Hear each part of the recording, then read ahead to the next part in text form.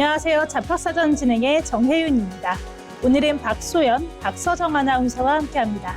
안녕하세요. 안녕하세요. 요즘은 자고 일어나면 새로운 정보와 기술이 쏟아져 나와서 나만 뒤처지는 건 아닐까 마음이 조급해질 때가 있습니다. 저도 매일 밀려드는 수많은 소식 앞에서 무엇부터 살펴야 할지 막막한 기분이 들기도 하는데요. 너무 복잡하고 어려운 이야기 대신 지금 우리 삶과 일터에 꼭 필요한 정보만 모아서 전해드리려고 합니다. 알아두면 든든한 힘이 되어줄 오늘의 잡학사전 지금 시작합니다. 먼저 주요 뉴스 요약해드리는 잡뉴스 헤드라인 시간입니다. 첫 번째 소식입니다. 지난달 취업자 수가 1년 5개월 만에 감소했습니다. 유례없는 반도체 호황을 맞았지만 중동 전쟁이 장기화하면서 제조업 일자리가 급감한 영향으로 보입니다. 국가데이터처가 발표한 5월 고용 동향에 따르면 지난달 15세 이상 취업자는 2,912만 명으로 지난해 같은 달보다 4만 명 감소한 것으로 나타났습니다. 취업자 수가 줄어든 것은 2024년 12월 이후 처음이고 고용률 하락폭은 5년 3개월 만에 가장 큰 수준을 기록했습니다.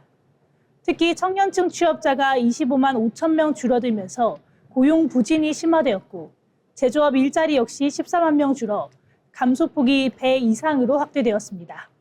이에 따라 전체 실업자는 87만 8천 명으로 늘었으며 실업률은 2.9%로 소폭 상승한 것으로 밝혀졌습니다. 다음 뉴스입니다. 정부가 기업의 성별 임금 현황과 고용 실태를 공개하는 고용평등 공시제 도입을 위한 준비 작업에 본격 착수했습니다. 성평등가족부는 한국여성정책연구원과 업무 협약을 체결하고 국정과제로 추진 중인 고용평등 공시제의 구체적인 제도 설계와 운영 기반 마련에 나선다고 밝혔습니다. 이번 제도는 일터에서의 성별 임금 격차를 줄이고 누구나 일한 만큼 공정하게 보상받는 환경을 만들기 위해 추진되는 것으로 밝혀졌습니다. 양기관은 오는 7월 공동기획단을 발족해 국내외 실태를 분석하고 세부 운영 방안을 마련해 오는 2027년 본격적인 제도 시행을 준비할 계획입니다. 원민경 성평등가족부 장관은 임금 투명성 확보는 기회의 평등을 실현하기 위한 중요한 출발점이라면서 성공적인 제도 정착을 위해 최선을 다하겠다고 강조했습니다. 다음 소식입니다. 삼성전자와 SK하이닉스가 반도체 설비 투자를 호남 및 충남권으로 신규 확대하는 방안을 검토하고 있는 것으로 알려져 전남 광주 지역의 기대감이 높아지고 있습니다. 정부 또한 지역 균형 발전을 위해 대기업의 호남 투자를 요청하고 있으며 최근 대통령 취임 1주년 기자회견과 행정 통합 추진이 맞물려서 투자 실현 여부에 관심이 쏠리고 있습니다. 앞서 현대차그룹이 전북 새만금에 9조 원 규모의 대형 투자를 발표한 만큼 다음 차례는 전남과 광주가 될 것이라는 목소리가 힘을 얻고 있습니다. 현재 삼성전자는 광주 첨단 3지구에 반도체 후공정인 패키지 공장 설립을 검토 중인 것으로 전해졌으며 SK하이닉스 역시 일부 후공정 시설의 호남 배치를 고심하고 있습니다. 나아가 전남도는 풍부한 재생에너지를 갖춘 해남 솔라시도 등을 후보지로 내세워 호남이 대한민국을 대표하는 반도체 거점으로 거듭날 수 있도록 총력을 다하겠다고 강조했습니다. 지금까지 잡뉴스 헤드라인 전해드렸는데요. 이번에는 실제 직업 현장으로 가보도록 하겠습니다. 다양한 직업을 직접 만나보고 그 속에서 일하는 사람들의 이야기를 들어보는 현장 속으로 시간입니다. 오늘은 박소연 아나운서가 전해드립니다. 네, 오늘 현장 속으로에서는 누군가의 새로운 걸음을 만드는 사람들을 만나보겠습니다. 사고나 질병 또는 선천적인 이유로 팔이나 다리를 사용하기 어려운 분들이 있는데요. 이들이 보다 편안하게 일상생활을 이어갈 수 있도록 돕는 전문가들이 있습니다. 바로 의지보조기 기사입니다. 의수와 의조, 각종 보조기기를 제작해 이용자의 움직임을 지원하는 직업입니다. 의지보조기 기사는 이용자의 신체 상태와 생활 환경을 꼼꼼히 살피는 것부터 업무를 시작합니다. 어떤 동작이 필요한지, 평소 어떤 생활을 하는지 등을 확인한 뒤 개인에게 적합한 보조기기를 설계하는데요. 이후 제작과 조정을 거쳐 실제 착용 상태를 점검하고 불편한 부분이 없는지 확인합니다. 이용자가 보조기기를 안전하게 사용할 수 있도록 관리와 상담을 진행하는 것도 중요한 업무 가운데 하나입니다. 의지보조기 기사가 되기 위해서는 관련 학과에서 전문 교육을 받은 뒤 국가시험에 합격해 면허를 취득해야 합니다. 교육 과정에서는 인체 구조와 재활, 보조기기 설계 및 제작 방법 등을 배우게 되는데요. 손으로 직접 제작하는 작업이 많은 만큼 세심함과 집중력이 필요하며 이용자와 원활하게 소통할 수 있는 능력도 중요하게 평가됩니다. 의지보조기기의 역할은 단순히 신체 기능을 보완하는 데 그치지 않는데요. 보행을 돕고 신체 균형을 유지하는 것은 물론 학업과 직장 생활, 사회활동에 참여할 수 있도록 지원하는 역할도 합니다. 이 때문에 의지보조기 기사는 의료와 재활 분야에서 중요한 전문 인력으로 꼽히고 있습니다. 특히 재활치료와 삶의 질 향상에 대한 관심이 높아지면서 관련 분야의 중요성도 함께 커지고 있습니다. 최근에는 3D 프린팅과 디지털 스캐닝 기술이 활용되며 이러한 보조기기 제작 방식도 변화하고 있는데요.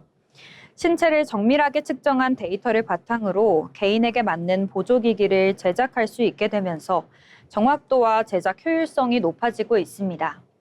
여기에 다양한 신소재가 적용되며 착용감과 내구성도 개선되고 있습니다. 이용자마다 필요한 기능이 다른 만큼 제작 과정도 다양하게 이루어집니다. 일상적인 보행을 돕는 장치부터 스포츠 활동이나 직업 수행을 지원하는 보조기기도 개발되고 있는데요. 이러한 맞춤형 제작은 이용자가 보다 독립적으로 생활하고 사회활동에 참여할 수 있도록 돕고 있습니다. 누군가에게는 평범한 일상 속 움직임이 또 다른 누군가에게는 큰 도전이 될 수 있습니다. 의지보조기 기사는 이용자에게 꼭 맞는 보조기기를 제작하며 그 도전을 함께하는 사람들인데요. 한 사람의 일상과 가능성을 넓혀주는 직업, 의지보조기 기사. 지금까지 현장 속으로였습니다. 네, 사람마다 체형이 다르고 걸음걸이가 다르듯이 이 누군가의 몸의 일부를 만드는 일이 세상에서 가장 정밀한 작업이 아닐까 싶습니다. 최근 첨단 기술이 도입된다고 해도 결국 이용자의 작은 불편함까지 귀를 기울이고 또 세심하게 조율할 수 있는 건 사람의 손길이겠죠. 의지보조기 기사에 대해서 만나봤습니다. 다음은 지금 바로 활용할 수 있는 실질적인 취업 정보를 전해드리는 오늘의 잡정보 시간입니다. 박서정 아나운서가 전해드립니다. 네, 취업 준비생들이 가장 많이 시간을 투자하는 곳이 바로 자기소개서 작성과 면접 준비죠. 하지만 시중에 나와 있는 합격 수기나 뻔한 팁만으로는 면접관들의 시선을 끌기가 참 어렵습니다. 이제 기업이 원하는 것은 단순히 준비생이 아니라 이제는 당장 실무에 투입 가능한 실전형 인재이기 때문인데요. 오늘 이 시간은 여러분의 시야를 현직자 수준으로 끌어올려줄 합격 무기 4가지를 집중 분석해드립니다. 첫 번째 무기는 전 세계 직장인들이 지식을 공유하는 플랫폼인 슬라이드쉐어입니다. 이곳은 글로벌 비즈니스 인맥 SNS인 링크드인에서 운영하는 사이트인데요. 구글이나 아마존 같은 글로벌 기업의 구성원은 물론 이 해외 유명 컨설턴트들이 실제로 발표했던 기획서와 시장 분석 보고서를 이 사이트에서 열람이 가능합니다. 우리가 이곳에서 주목해야 할 것은 글로벌 탑티어 인재들이 전 세계 바이어를 설득하기 위해 사용한 논리적인 뼈대입니다. 이들의 프레임을 분석해 본인의 포트폴리오에 적용해 본다면 이 면접장에서 글로벌 컨설팅사의 프레임워크를 벤치마킹해 논리적인 완성도를 높였다고 말하는 지원자들에게 면접자들의 신뢰도는 올라갈 것입니다. 다음으로는 다보스 포럼으로 잘 알려진 세계경제포럼의 인사이트 리포트입니다. 이 많은 지원자가 면접을 준비할 때 오늘 아침 뉴스 기사를 단순 짜깁기 하고는 하는데요. 하지만 기업이 직면한 진짜 리스크를 파악하기 위해서는 이 거시적인 안목이 필요한 때입니다.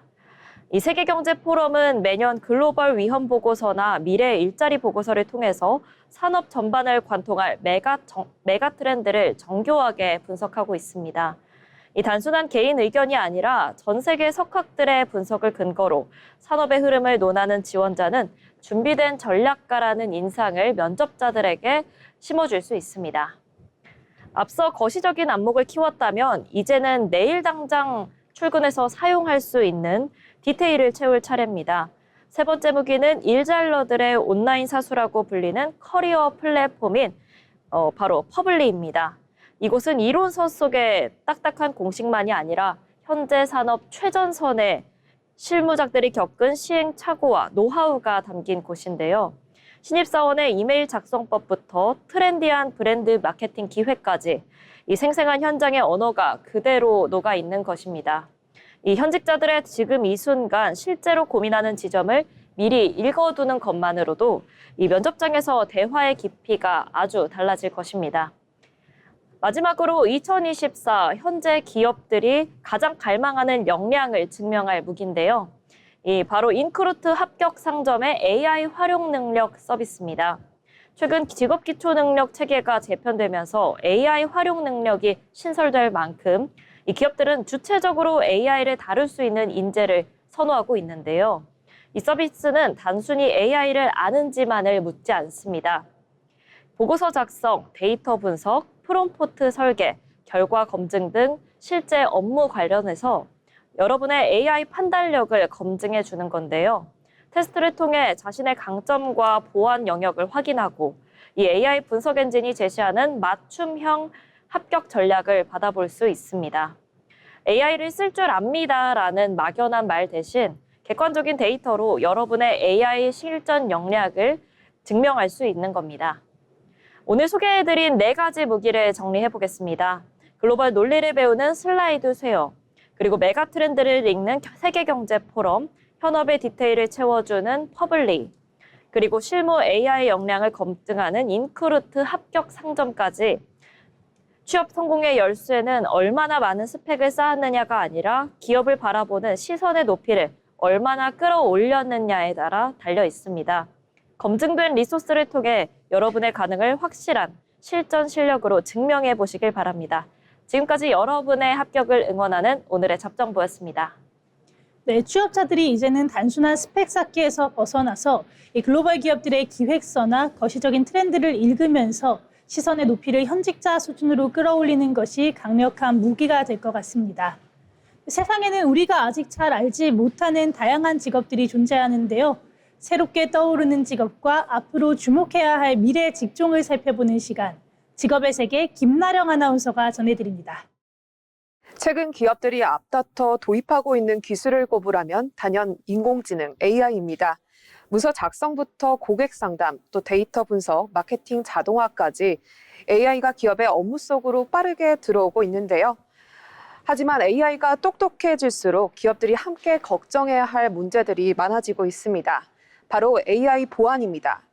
오늘 소개해드릴 2026년 최고의 유망 직종은 바로 AI 보안 레드팀 전문가입니다. 레드팀이란 원래 군사훈련에서 가상의 적군 역할을 맡아 실제 공격 상황을 미리 점검하는 팀을 뜻하는데요. AI 보안 레드팀 전문가는 기업이 만든 AI 시스템을 일부러 공격을 해보고 또 허점을 찾아내는 전문가입니다. 예를 들어 챗봇 시 개인정보를 유출하지는 않는지, AI가 잘못된 명령 해소가 내부 자료를 보여주지는 않는지, 해커가 AI를 이용해 기업 시스템에 침투할 가능성은 없는지 미리 실험해보는 겁니다. 쉽게 말해 AI가 사고를 치기 전에 먼저 흔들어보고 찔러보고 무너지지 않게 방어 체계를 설계하는 직업입니다. 그렇다면 왜 이 직업이 이 시장에서 이토록 주목받고 있을까요? 크게 2가지 경제적 원인이 있습니다. 첫째, AI 도입 확산에 따른 보안 비용 증가 때문입니다. 기업들은 AI를 도입하면 업무 효율이 높아지고 비용을 줄일 수 있다고 기대하고 있습니다. 하지만 AI 시스템이 해킹되거나 고객 정보가 유출되거나 잘못된 답변으로 법적 문제가 생긴다면 그 손실은 훨씬 커질 수 있습니다. 특히 금융, 의료, 제조, 공공기관처럼 민감한 데이터를 다루는 산업에서는 AI를 단순히 잘 만드는 것만큼이나 안전하게 운영하는 것이 중요해지고 있습니다. AI 보안 레드팀 전문가는 기업 입장에서 일종의 사전 보험 같은 역할을 합니다. 문제가 터진 뒤 수습하는 것이 아니라 문제가 생기기 전에 위험을 찾아내 기업의 손실을 줄이는 겁니다. 둘째, 인간의 의심 능력이 중요해졌기 때문입니다. AI는 빠르게 계산하고 방대한 데이터를 분석할 수가 있습니다. 하지만 이 답변이 정말 안전한가? 이 시스템이 악용될 가능성은 없는가? 해커라면 어디를 먼저 노릴까처럼 의심하고 역으로 생각하는 능력은 여전히 인간의 중요한 영역 중에 하나입니다. AI 보안 레드팀 전문가는 단순한 개발자가 아닙니다. AI를 이해하는 기술력, 해커처럼 생각하는 공격적 사고, 그리고 기업의 리스크를 읽는 비즈니스 감각까지 갖춘 융합형 인재입니다. 이 분야로 진출하기 위해서는 사이버 보안 지식은 물론 AI 모델의 작동 방식, 데이터 보호, 개인정보 규제, 그리고 프롬프트 공격 방식에 대한 이해가 필요합니다. 또 기술만 잘 아는 것이 아니라 기업이 어떤 정보를 가장 중요하게 보호해야 하는지 판단하는 감각도 중요합니다. 앞으로 AI는 더 많은 업무를 대신하게 될 것입니다. 하지만 그만큼 AI를 안전하게 통제하고 관리하는 사람의 역할도 커질 수밖에 없습니다. 미래의 보안은 해킹을 당한 뒤 막는 것이 아니라 당하기 전에 먼저 뚫어보는 것이다. AI가 일처의 새로운 동료가 되는 시대, 그 동료가 위험한 실수를 하지 않도록 지켜보는 사람들. 오늘 소개해드린 AI 보안 레드팀 전문가를 통해 미래 일자리의 새로운 기회를 살펴봤습니다. 지금까지 직업의 세계였습니다. 네, AI 보안 레드팀 전문가에 대해서 알아봤습니다. 이번 시간은 우리 일터의 일하는 방식을 들여다보는 잡토크 시간입니다. 이 직장인들한테 1년 중에 가장 예민한 시기를 꼽으라고 하면 단연 인사평가 시즌일 텐데요. 과거에는 상사의 한 사람이 주관적인 평가가 절대적이었다면 최근에는 동료와 후배들이 서로를 평가하는 다면 평가 제도를 도입하는 기업들이 늘었습니다. 상사의 독단을 막고 또 공정하게 검증하겠다는 취지인데요. 하지만 일터 현장에서의 목소리는 조금 다릅니다. 평소 친한 사람끼리 높은 점수를 몰아주거나 또 업무상 쓴소리로 한 동료에게 보복성 최하점을 주는 등 사내 인기 투표나 정치판으로 변질되었다는 앓는 소리가 나오고 있는데요. 과연 이 다면 평가 시스템이 공정한 검증일까요? 아니면 또 다른 줄 세우기일까요? 소연 아나운서, 실제 직원들이 느끼는 현장은 어떤가요? 네, 현장에서 느끼는 가장 큰 피로감은 동료를 객관적으로 평가하기가 현실적으로 어렵다는 점입니다. 매일 얼굴을 마주하고 협업해야 하는 관계이다 보니 아무래도 평소 친분이나 성격이 평가에 큰 영향을 미칩니다. 일은 조금 서툴러도 싹싹하고 성격 좋은 동료에게는 후한 점수를 주게 되고 반대로 일은 잘할지라도 무뚝뚝하거나 마찰이 있던 동료에게는 박한 점수를 주기 쉽습니다. 더 큰 문제는 익명성 뒤에 숨은 보복성 평가입니다. 프로젝트 진행 과정에서 올바른 지적을 하거나 쓴소리를 했던 동료에게 감정적인 안갚음으로 최하점을 주는 사례가 빈번합니다. 결국 일 잘하는 사람보다 적을 만들지 않는 사람이 살아남는 묘한 구조가 만들어지는 겁니다. 이 말은 객관적인 일평가 중심의 구조가 아니라 감정적인 호불호나 이런 사내 정치가 개입하기 쉽다라는 지적이군요. 사실 일을 열심히 하려다 보면 오히려 적을 만들어서 점수가 깎이는 경우도 있을 것 같은데 이렇다면 직원들 입장에서는 굉장히 억울할 것 같습니다. 그렇다면 서정 아나운서, 이런 부작용에도 불구하고 기업들이 다면 평가 시스템을 하려고 하는 이유가 뭘까요? 네, 바로 상사의 독단과 갑질을 막을 수 있는 최전의 방어선이기 때문인데요. 이 상사 앞에서는 일 잘하는 척하면서 이 부하 직원이나 동료를 괴롭히는 이른바 오피스 빌런들을 걸러내는 데는 다면 평가만한 도구가 없습니다. 이 평소 소통 방식이나 협업 태도는 위에서는 잘 보이지 않는 면이고 이 수평적인 관계에서 가장 잘 드러나기 마련인데요. 다만 이 제도가 인기 투표로 흐르는 이유는 공정하게 평가할 수 있는 세부 지표가 부족하기 때문이라고 생각합니다. 단순히 이 사람과 일하기 좋았습니까? 라는 식의 모호한 질문 대신 이 협업 시 마감 시한을 잘 지켰는가처럼 구체적인 업무 행위를 평가하도록 질문 자체를 정교하게 설정해야 할 것 같습니다. 이 취지는 좋지만 질문이나 이런 설계의 기준이 모호하기 때문에 갈등이 생긴다, 이런 말씀이신 것 같습니다. 그렇다면 다면 평가가 본래의 순기능을 살리고 직원들이 서로 납득할 수 있는 제도가 되려면 과연 어떤 대안을 찾아야 될까요? 혹시 소연 아나운서는 어떻게 생각하세요? 네, 저는 점수 중심의 줄 세우기를 지향하고 서술형 중심의 피드백을 강화해야 한다고 생각합니다.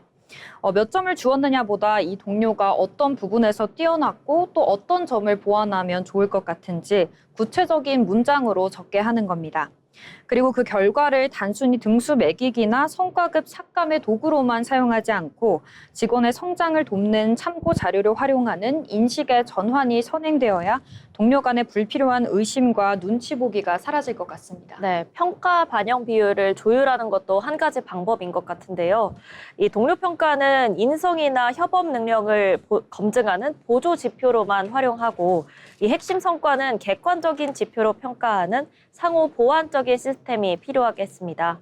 이 더불어 평가 결과에 대해 억울한 부분이 생긴다면 이 공식적으로 소명하고 재심사를 요청할 수 있는 이 안전한 창구도 반드시 마련되어야 일터의 신뢰가 깨지지 않고 유지될 수 있을 거라고 생각합니다. 네, 맞습니다. 이렇게 서술형 중심의 피드백 전환과 또 객관적인 지표와 영리한 조율이 필요하다. 이런 대안이 참 와닿는데요. 사실 평가의 본질은 누군가를 깎아내리고 순위를 매기는 데 있지는 않겠죠. 우리가 더 건강하게 오래 함께 일하기 위해서 서로의 부족한 점을 채워주는 거울이 되었으면 좋겠습니다. 이 동료의 평가 한 줄이 나를 무너뜨리는 칼날이 아니라 나의 성장을 돕는 따뜻한 조언이 될 수 있도록 이런 제도와 우리의 시선이 함께 성숙해지기를 바랍니다. 오늘의 잡토크는 여기에서 마칩니다.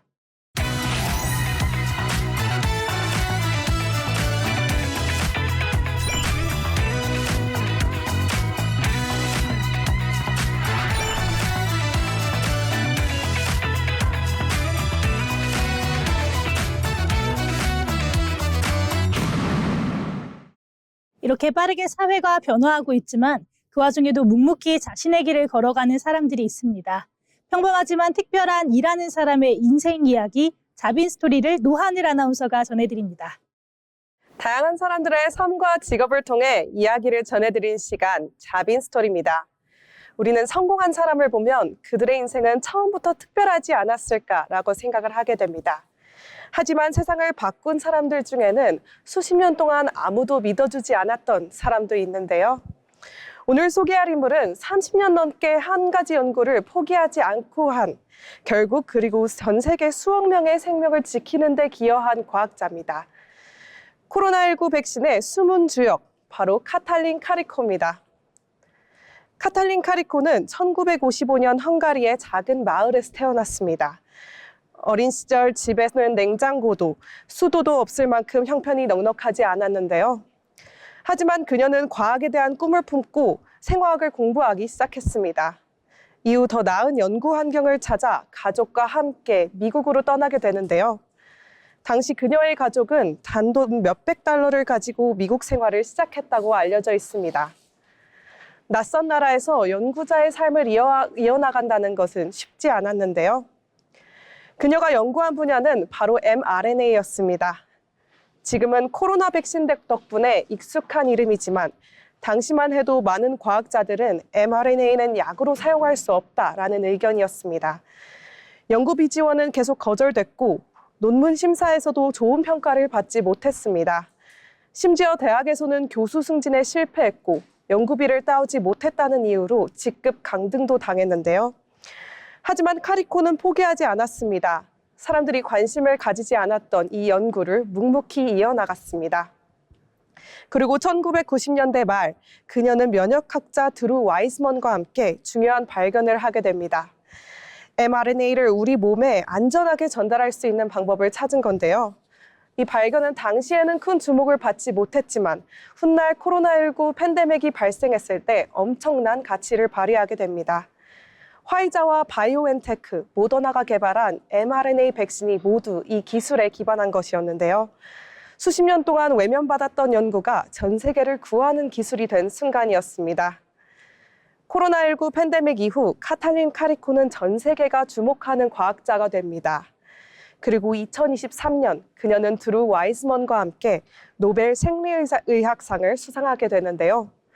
흥미로운 점은 그녀가 노벨상을 받기 전까지 연구자로서의 삶이 결코 화려하지 않았다는 겁니다. 오히려 수많은 실패와 거절, 그리고 무관심 속에서 연구를 이어왔는데요. 그녀는 이렇게 말을 남겼습니다. 나는 문제를 보지 않는다. 항상 해결책을 찾으려고 한다. 이 말은 그녀의 연구 인생을 가장 잘 보여주는 문장일지도 모릅니다. 카탈린 카리코는 코로나 백신을 만든 과학자이기 이전에 아무도 믿지 않은 연구를 끝까지 포기하지 않은 사람이었습니다. 우리는 종종 결과가 보이지 않을 때면 포기하고 싶어집니다. 하지만 당장의 인정보다 중요한 것이 있을지도 모릅니다. 바로 자신이 옳다고 믿는 길을 묵묵히 걸어가는 힘입니다. 그리고 카탈린 카리코는 그 힘이 결국 세상을 바꿀 수 있다는 것을 보여줄 사람입니다. 지금까지 자빈 스토리였습니다. 살아가면서 예상치 못한 걸림돌을 마주할 때 우리는 대개 문제 자체에 매몰되어서 낙담하곤 합니다. 하지만 카탈린 카리코는 해결책을 찾으려고 했는데요. 이 마음이 거듭된 실패 속에서도 다시 일어날 수 있었던 비결이 아닐까 싶습니다. 카탈린 카리코에 대해서 알아봤습니다. 이번 시간은 경제로 보는 일터입니다. 경제의 변화는 곧 일의 방식과 일자리의 모습에도 영향을 미치는데요. 이번 시간에는 경제 흐름을 통해 산업과 일터의 변화를 함께 들여다보겠습니다. 김나령 아나운서가 전해드립니다. 최근 직장인들 사이에서 새로운 동료가 등장했습니다. 바로 AI, 인공지능인데요. 이제 AI는 미래 기술이 아니라 실제 업무 현장에서 활용되는 중요한 도구가 되고 있습니다. 회의 내용을 정리하고 보고서를 작성하며 데이터 분석과 번역 업무까지 돕고 있는데요. 오늘 AI가 우리의 일터를 어떻게 바꾸고 있는지 함께 살펴보겠습니다. AI가 빠르게 확산되는 가장 큰 이유는 업무 효율성을 높일 수 있기 때문입니다. 과거에는 오래 걸리던 자료 조사와 보고서 작성도 AI를 활용하면 훨씬 빠르게 처리를 할 수가 있습니다. 실제로 기업들은 문서 작성, 고객 상담, 데이터 분석, 마케팅 기획 등 다양한 업무에 AI를 활용하고 있는데요. 직원들은 반복 업무를 줄이고 보다 창의적이고 전략적인 일에 집중할 수 있게 되었습니다. AI의 활용 범위는 생각보다 훨씬 넓습니다. 마케팅 분야에서는 맞춤형 광고 문구를 제안하고 또 디자인 분야에서는 이미지 시안을 제작하며 고객센터에서는 AI 챗봇이 24시간 상담을 돕고 있습니다. 또 회의 내용을 자동으로 기록하고 요약하거나 외국어 번역과 자막 생성 업무를 지원하기도 하는데요. AI가 단순한 보조수단을 넘어 실질적인 업무 파트너로 자리를 잡고 있습니다. 그렇다면 사람의 일자리는 어떻게 될까요? AI의 확산으로 단순 반복 업무는 줄어들 수가 있습니다. 자료 정리나 기본 상담, 기초 문서 작성 업무는 AI가 일부 대신할 수 있기 때문입니다. 하지만 동시에 새로운 직업도 등장하고 있습니다. AI 엔지니어, 데이터 분석가, AI 윤리 전문가, 프롬프트 엔지니어와 같은 직무가 주목받고 있습니다. 즉 AI는 사람을 완전히 대체하기보다는 사람의 역할을 변화시키고 있습니다. 물론 해결해야 할 과제도 있습니다. AI는 때때로 사실과 다른 정보를 제시하거나 편향된 결과를 만들 수가 있습니다. 또 개인정보 보호와 저작권 문제, AI 활용 능력에 따른 격차도 중요한 이슈인데요. 그래서 기업들은 직원들을 대상으로 AI 활용 교육을 확대시키고 있습니다. 기술 발전과 함께 올바른 활용 기준을 마련하는 것이 중요해지고 있습니다. 전문가들은 앞으로 AI가 거의 모든 산업에 영향을 미칠 것으로 보고 있습니다. 제조업과 금융업은 물론 교육, 의료, 방송 콘텐츠 산업까지 AI 활용 범위는 계속해서 넓어지고 있는데요. 실제로 방송업계에서도 자막 생성, 뉴스 요약, 영상 편집에 대한 AI 기술이 도입되고 있습니다. 결국 미래의 경쟁력은 AI를 사용할 수 있느냐가 아니라 AI를 얼마나 효과적으로 일할 수 있느냐에 달려 있습니다. AI는 사람을 대신하는 존재가 아니라 사람의 능력을 확장하는 도구가 되고 있습니다. 변화하는 일터 속에서 새로운 기술을 이해하고 활용하는 역량이 더욱 중요해지는 시대. 지금까지 직업의 세계였습니다. 경제로 보는 일터였습니다. 단순히 새로운 기술을 사용할 줄 아는 것을 넘어 그 기술과 얼마나 조화롭게 일할 수 있느냐가 중요한 실력이 되는 시대가 되었습니다. 인공지능과 일터의 변화에 대해 알아봤습니다. 이번 시간은 데이터로 본 일터, 잡 이슈 시간입니다. 통계와 데이터를 통해 요즘 노동시장에서 나타나는 변화를 살펴보는 시간인데요. 소연 아나운서, 오늘은 어떤 이야기를 나눠볼까요? 네, 두 분은 취업을 준비할 때 가장 부담스러운 부분이 어떤 것이라고 생각하시나요? 예전에는 신입 공채로 사회에 첫 발을 내딛는 경우가 많았는데요. 최근에는 경력자를 원하는 채용 방식의 변화와 함께 구직자들이 준비해야 할 과정도 한층 복잡해지고 있습니다. 오늘은 데이터를 통해 달라지고 있는 채용 시장의 변화를 함께 알아보도록 하겠습니다. 네, 맞습니다. 요즘 취업 준비생들 사이에서는 이 신입인데 경력을 원한다 이런 이야기가 굉장히 자주 나오고 있거든요. 그만큼 기업과 구직자가 원하는 인재상의 간극도 커지고 있다 이런 의미 같습니다. 네, 저도 취업의 변화를 몸소 체감하고 있는데요. 이 예전보다 채용 과정이 세분화되면서 어떤 준비를 해야 할지 고민하는 청년들도 많아지고 있는 것 같습니다. 네, 먼저 기업들의 채용 계획을 함께 살펴보도록 하겠습니다. 한국경영자총협회 조사에 따르면 올해 신규 채용 계획이 있다고 답한 기업은 60.8%로 나타났는데요. 3년 연속 감소세를 보이며 기업들의 채용 기조도 다소 보수적으로 필요한 인력을 더욱더 선별적으로 채용하는 방식을 보이고 있습니다. 네, 예전에는 상하반기 공채가 채용 시장의 중심이었다면 최근에는 필요할 때 인재를 모집하는 수시 채용의 비중이 굉장히 높아지고 있는데요. 실제로 신규 채용 기업 가운데 70.8%는 수시 채용만 실시한다 이렇게 답을 하기도 했다고 합니다. 네, 구직자들은 이제 정기 채용을 기다리기보다는 이제는 상시적으로 채용 정보를 확인해야 하는 부담감이 커지고 있는 거로 볼 수 있겠는데요. 취업 준비의 방식 자체가 달라지고 있다고 판단할 수 있을 것 같습니다. 네, 여기에 또 하나 눈에 띄는 변화는 이른바 중고 신입 현상입니다. 신입 채용에 지원하면서도 일정 수준의 실무 경험을 갖춘 지원자들이 늘어나고 있는데요. 기업들이 직무 적응력을 중요하게 평가하면서 나타난 변화로 분석됩니다. 네, 실제로 인턴이나 계약직, 이 단기 프로젝트 경험을 쌓은 뒤에 신입 공채에 지원하는 지원자들이 늘고 있는데요. 이 구직자 입장에서는 첫 경력을 어떻게 시작하느냐가 중요해지고 있는 셈입니다. 바로 첫 직장에서 쌓은 경험이 이후 진로 선택에도 영향을 줄 수 있기 때문인 것 같은데요. 네, 채용 과정에서 평가 기준이 달라지고 있다는 점도 함께 주목해야 할 부분입니다. 경총조사에서는 기업의 81.6%가 신규 채용 시 가장 중요한 요소로 직무 관련 업무 경험을 꼽았는데요. 최근에는 학력이나 자격증뿐 아니라 실제 업무 수행 능력을 확인하려는 움직임이 확대되고 있습니다. 네, 그래서 대학생들 중에서는 이 재학 중에 다양한 활동에 참여하면서 경험을 쌓으려고 하는 경우가 굉장히 많아지고 있는데요. 단순히 이론을 배우는 것을 넘어서 실제 문제를 해결해 본 경험이 중요한 경쟁력이 되고 있습니다. 그래서 자신이 어떤 역량을 갖추고 있는지를 보여주는 것이 점점 더 중요해지고 있다고 할 수 있겠습니다. 네, 전문가들은 앞으로도 직무 중심 채용이 확대될 가능성이 높다고 보고 있습니다. 인공지능과 디지털 전환이 확산되면서 직무별 전문성과 실무 역량에 대한 요구도 더욱 커질 것으로 전망되는데요. 채용 시장은 공채 중심에서 직무 중심으로, 정형화된 평가에서 역량 중심 평가로 변화하고 있습니다. 결국엔 중요한 것은 이 변화의 방향을 읽어내고 또 그에 맞는 준비를 하는 것이라고 볼 수가 있겠네요. 네, 같은 스펙을 쌓는 것보다 이 자신의 강점과 경험을 어떻게 잘 어필하는지가 더욱더 중요해지고 있는 것 같습니다. 네, 맞습니다. 취업의 첫 관문은 여전히 쉽지 않지만 노동시장의 변화를 이해한다면 준비 전략도 달라질 수 있을 것 같은데요.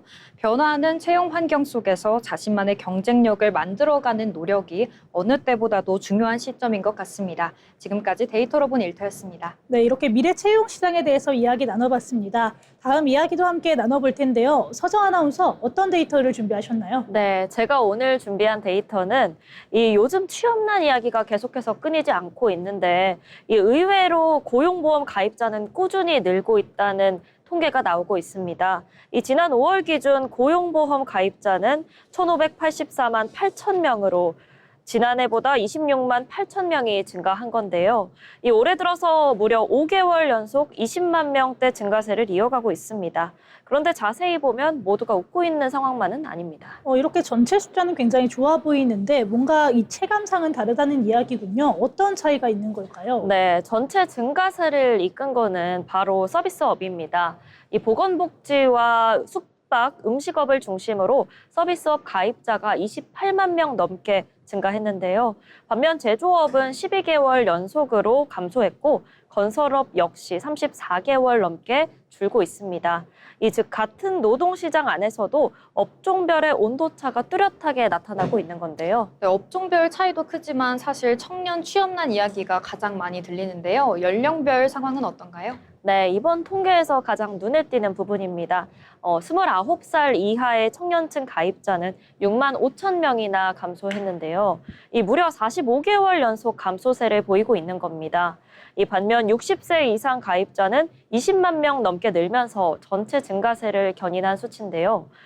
결국 지금의 고용 회복은 청년층보다는 중장년층과 고령층 중심으로 이어지고 있는 겁니다. 그래서 이렇게 청년들이 체감하는 취업이 어렵게 느껴지는 것으로 보여집니다. 네, 다만 채용 시장 분위기는 조금씩 나아지고 있는 건데요. 구직자 한 명당 일자리 수를 뜻하는 구인 배수는 지난해보다 개선이 됐습니다. 하지만 여전히 제조업과 청년층의 어려움은 계속되고 있는 실정입니다. 네, 오늘 이렇게 통계를 통해서 이 고용시장의 두 얼굴을 확인할 수가 있었는데요. 전체적인 고용 지표는 회복세를 보이고 있지만 청년층과 제조업은 여전히 차가운 바람을 맞고 있습니다. 앞으로는 단순히 일자리 숫자를 늘리는 것을 넘어서 청년들이 체감할 수 있는 양질의 일자리를 만드는 것이 중요한 과제가 될 것 같습니다. 지금까지 데이터로 본 일터였습니다.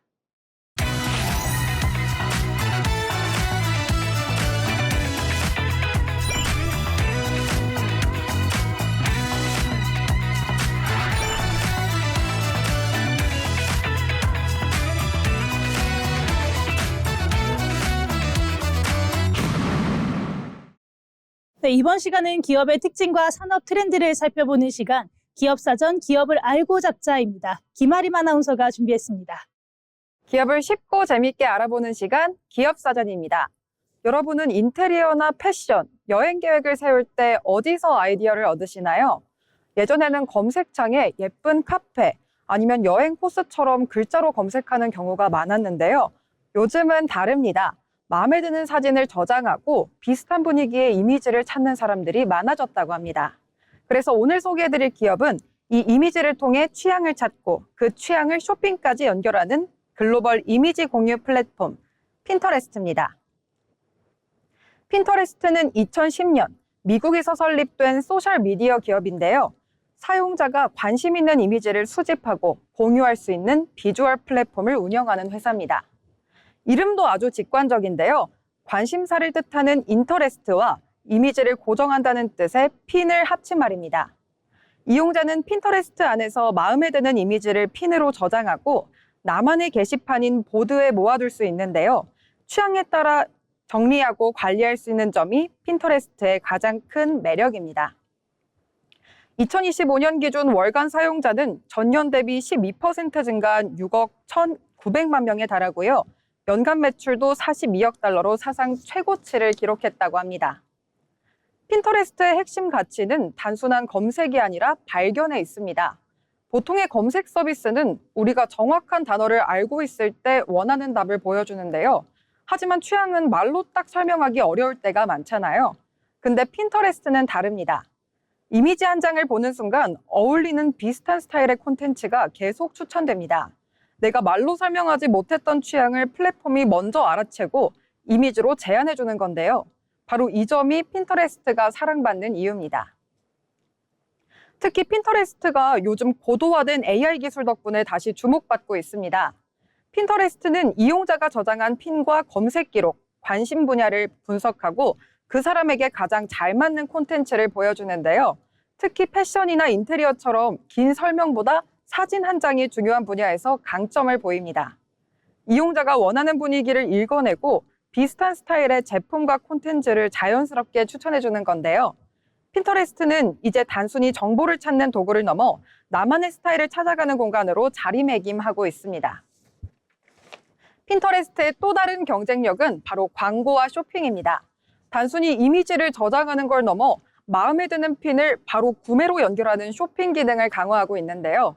이때 기업은 제품을 단순한 광고가 아니라 하나의 아이디어처럼 보여줄 수 있습니다. 핀터레스트 광고는 타 디지털 플랫폼 대비 32% 높은 광고 투자 수익률을 기록하고 있고요. 비디오 핀을 본 사용자는 구매 확률이 55% 더 높은 걸로 나타났습니다.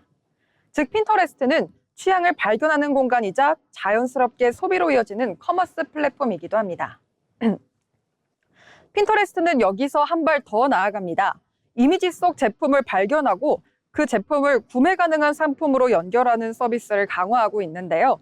이른바 쇼퍼블 콘텐츠입니다. 눈으로 보고 즐기는 것에서 끝나는 게 아니라 마음에 든 제품을 내 손 안으로 가져오는 경험까지 연결하는 건데요. 이 부분이 앞으로 핀터레스트의 중요한 성장 동력이 될 것으로 보입니다. 네, 핀터레스트는 이제 단순한 이미지 저장 앱을 넘어섰습니다. 사람들의 일상과 소비를 잇는 글로벌 경제 플랫폼으로 성장하고 있는데요. 물론 메타, 구글, 틱톡과 같은 거대 플랫폼과의 경쟁은 숙제입니다.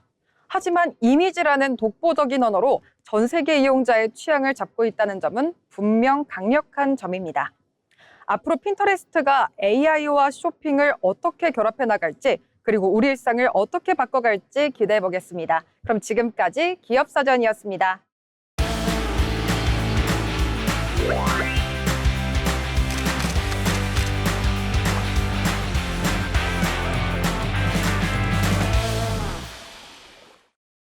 이번 시간은 전국의 맛집과 축제 그리고 핫플레이스를 전해드리는 어디 갈까 시간입니다.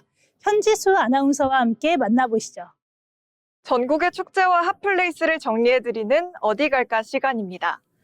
여러분, 눈으로 보는 박물관은 익숙하셔도 귀로 듣는 박물관 들어보셨을까요? 오디오의 150년 역사를 직접 체험하는 곳. 오늘 소개해드릴 곳은 세계 최초의 오디오 박물관 오디움입니다. 오디움은 1877년 유성기 발명 이후 150년가의 오디오 발전사를 체계적으로 정리하고 관련 자료를 수집, 보존, 연구, 전시하는 전문 사립 박물관입니다. 오디오 박물관이라는 형식 자체가 국내에서는 물론 세계에서도 최초인데요. 그런 만큼 개관 전부터 이목을 끌었습니다.